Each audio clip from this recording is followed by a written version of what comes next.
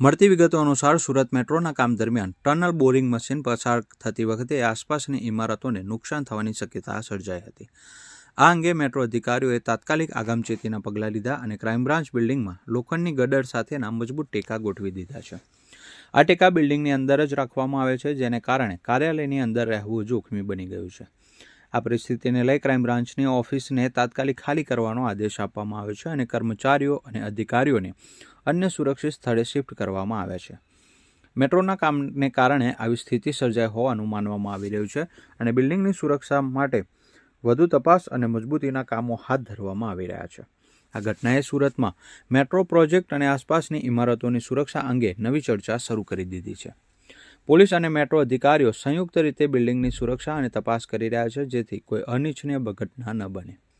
સુરતમાં મેટ્રો રેલની કામગીરી દરમિયાન ફરી એકવાર ભયાનક ઘટના સામે આવી છે, જેમાં શાહપુર માછલીપીટ વિસ્તારમાં મેટ્રોના ટનલ બોરિંગ અને સંબંધિત કામગીરી વચ્ચે અંદાજિત 22 ફૂટ ઊંડો અને ખતરનાક ભૂવો પડી ગયો છે. આ ઘટનાએ આખા વિસ્તારમાં ભય અને આક્રોશનો માહોલ સર્જ્યો છે, કારણ કે આ વિસ્તારમાં રહેતા લોકો અને વેપારીઓને ઇમારતો તૂટી પડવાની કે વધુ નુકસાન થવાની ભીતિ સતાવી રહી છે.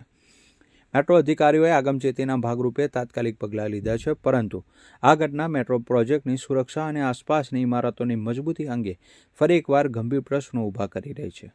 સ્થાનિક લોકો અને વેપારીઓએ આ વિસ્તારમાં તાત્કાલિક રાહત અને પર્યાપ્ત સુરક્ષા વ્યવસ્થાની માંગ કરી છે.